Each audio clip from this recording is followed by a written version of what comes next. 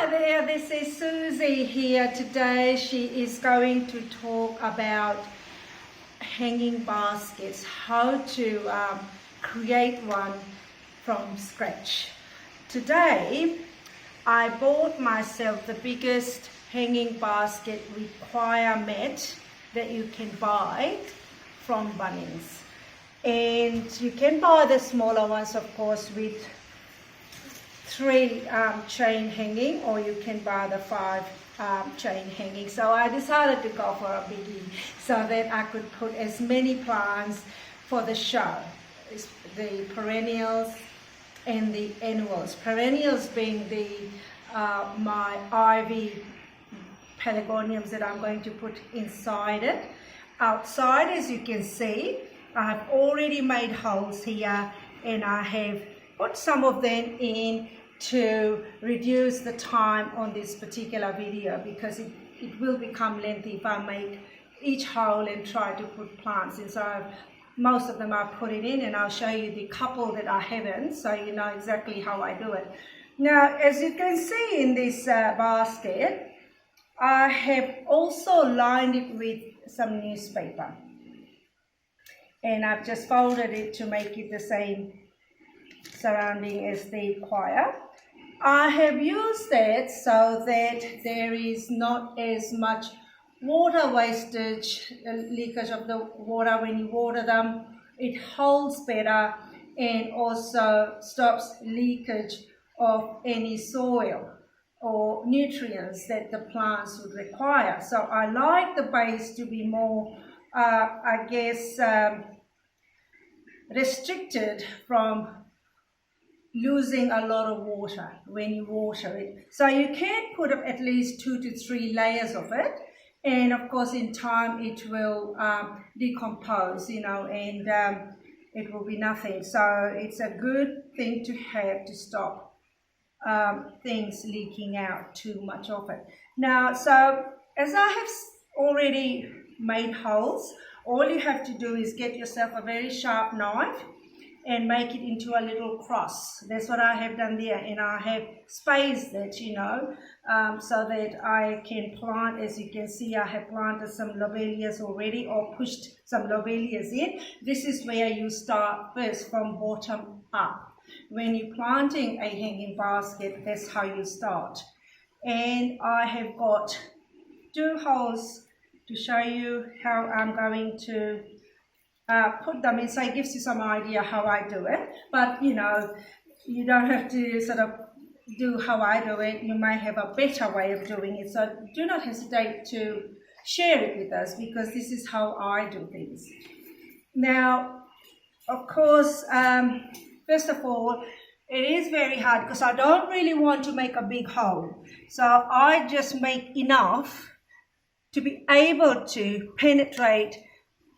My lobelia is one of the plants that I bought to use it in the decoration, and I've also used viola for my bottom decoration in the basket. So I want them to hang. So I have used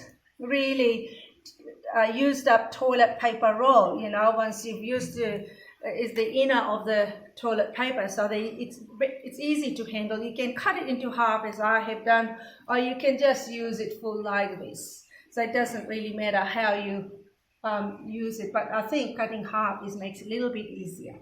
So although I've done this, and the fitting is usually fairly tight, and this is the type of hole I have made, so try to get them, hang on. So what I've done is basically put them in here, like such, and try to hold it. I particularly don't like using glove because it doesn't give me any feel of what I'm doing. So I'm trying to tightly squeeze it, and I have really cut it like this, and you just pull this toilet paper out. See how easy it is without disturbing too much of the roots and things like that. And the other one is here. Big enough hole, and try to squeeze this in through this particular hole. Sometimes it is a little bit of a tight squeeze, but you just keep squeezing. It's better than squeezing it without the little toilet paper roll, because you can actually damage the root or the plant itself. And you just gradually pull the toilet paper. There we go. So I have first up planted it at the distances here, and literally they should, in time of given another month, it should fill it up nicely, hang down with heaps of flowers. That's the idea. Now for the soil, now we've got to fill this up with the soil.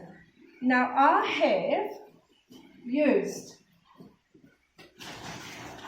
Richcraft just general soil mix, garden soil mix, because I can't really use my garden soil because I planted my garden with the vegetable seeds and all the winter crop. So now I'll be buying this to plant my things. So this is my best friend from Richcraft for $3.95 at Bunnings. You can grab that. So I used a bucket of that in there. And I am going to use Yates product potting mix with dynamic lifter already in it. So these are the two components of the medium I'm going to use in my big planter here, the hanging basket. And the soil is right in front of me, a bucket each of it, so it's 50-50. In it, I will be using already saturated in the water is this particular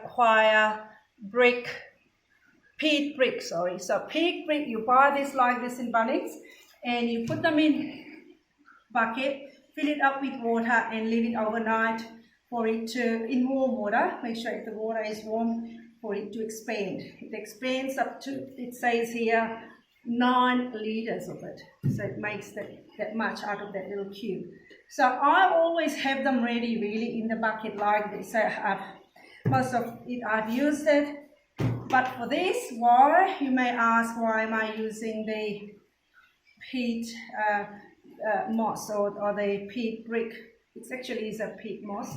And why am I using this? Because to contain as much moisture in this particular basket. That's the reason why I'm using this particular peat moss. So there's 1 handful, and I'm just going to go guessing really, and here's 2. And I am going to mix it all in, probably get another one in. So it's about 3 bowlful or handful. Just guess, because that stuff is really good for the basket.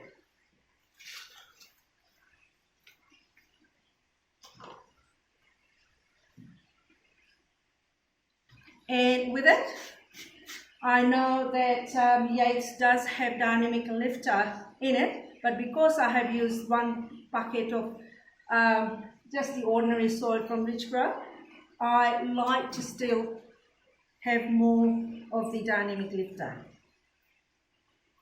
So I've used just a half a bowlful of that, or a couple of handfuls. And in it, I also like to use more of moisture retention stuff, which is the vermiculite. Because that's what you want in it, as much moisture it can hold. Even though we are planting pelagoniums which don't like moisture, but because it is a hanging basket, loss of moisture in hanging basket is quite severe. It's good to use things that would retain it. So I'm using vermiculite for that particular reason. Mix it all in.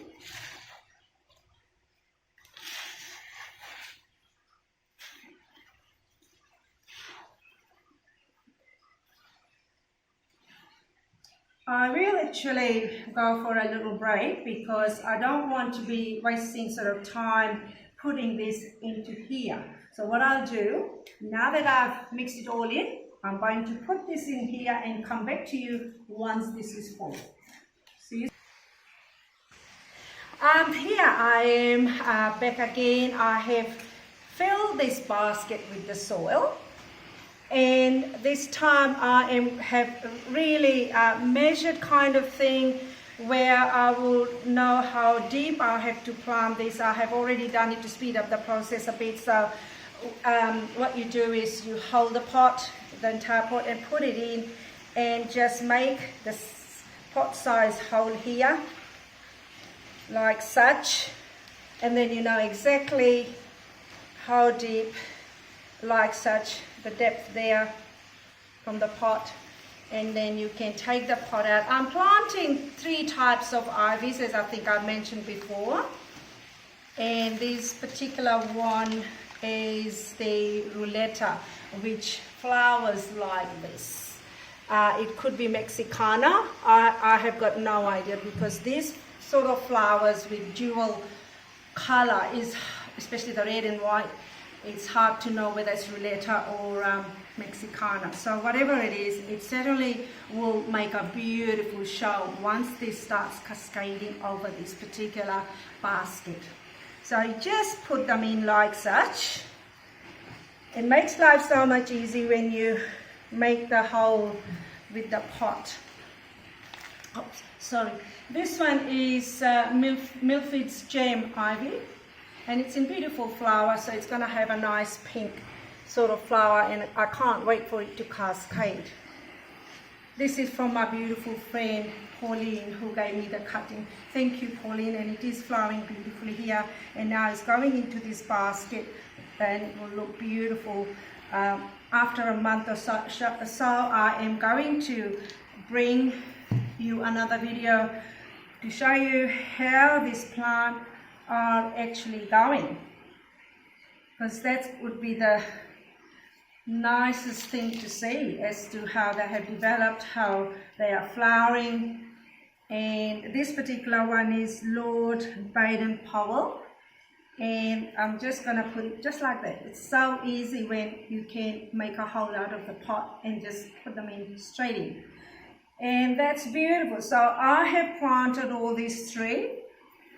And before I forget, which I did forget while I was mixing the soil, I did not mix the wetting agent. So I have used 18 grams of wetting agent per bucket, which is about 25 centimeter bucket or 30 centimeter bucket size. You use up to 18 grams of this wetting agent, even though Rich Grow does say it is added soil wetter. But I don't think it would be enough, because I have used the other potting mix from Yates, and I just want extra moisture retention, so that's why I have used a bit more of the wetting agent, because I want moisture to remain here and stops me from watering every day, because we don't want to be watering our hanging baskets every day, because it does dry out really quickly. I mean, that is one of the disadvantages having this particular coir baskets, because the water is the problem, that it needs watering all the time. So I'm trying to reduce that by using all sorts of wetting stuff and moisture retention stuff like vermiculite and stuff. Now, I'm not going to put anything else, because once they start growing, this particular basket on the top will be full. All the bottom will be all nice, luscious with purple flowers and viola with different colors that would look really beautiful in winter, because in winter this is what we get to see, is a lot of violas, pansies. You can choose anything, because this is something that I picked up from Bunnings in a hurry, something to plonk at the bottom. But go for whatever you like, you know, whatever you think is your favorite annual, so you can plonk them in there, and something that will cascade. That's number one. That's very important to have something that will cascade beautifully, because after all, it will be hanging somewhat from the ceiling or outside on your veranda, and that's what you want to see. And I will be giving them a partly shady area, protected area, even though out in the front, that's where it's gonna go. In a shady, sort of gets probably 2 to 3 hours of sun in the morning, or the afternoon sun, which is that side, which is the western side. If I put it, I'll get the afternoon sun, and out in the front is the northern side, and it will have a lot of morning sun on the northern side. And what we do get in the front on the northern side is ferocious wind, which comes down the Macedon Ranges, and I have to be careful how much damage in high wind condition this might have. I might have to bring my hanging basket down and rest it somewhere on the floor because of the high wind. So that's the reason why I don't really get into too much hanging baskets out in front of the house. And also it's a ranch type of a house, and I really am a little bit particular about how many dangling things I want really in front facade of the house. So I try to minimize the hanging things in the front, because it is the front of the house, faces the road. And to feed it, because I want flowers in this particular hanging basket, so I'm going to use Yates Thrive, which is going to give me a lot of flowers. And the instructions is right at the back. I have already made it up to 5 liters of it. I think it's 1 heaped teaspoon makes 5 liters. So I make it in a big container, and then I pour it into my watering can, which I have done it here. So I will now take this plant outside, because there's no good watering here, because water will just gush out straight away. So I'll take it outside and give it a nice good soak. And once I've done that, maybe I'll hang it first before I water it, because otherwise it will be too heavy for me to hang it up on the ceiling hook. So hang it first, and then I'll water it really thoroughly. And then I'll be watering this probably every week, and I will be testing the soil, how dry it is, how wet it is, and if it is wet, I won't be watering. If I think the soil is dry, of course I will be watering it. So I think I've covered all my essentials, and this is how I do planting.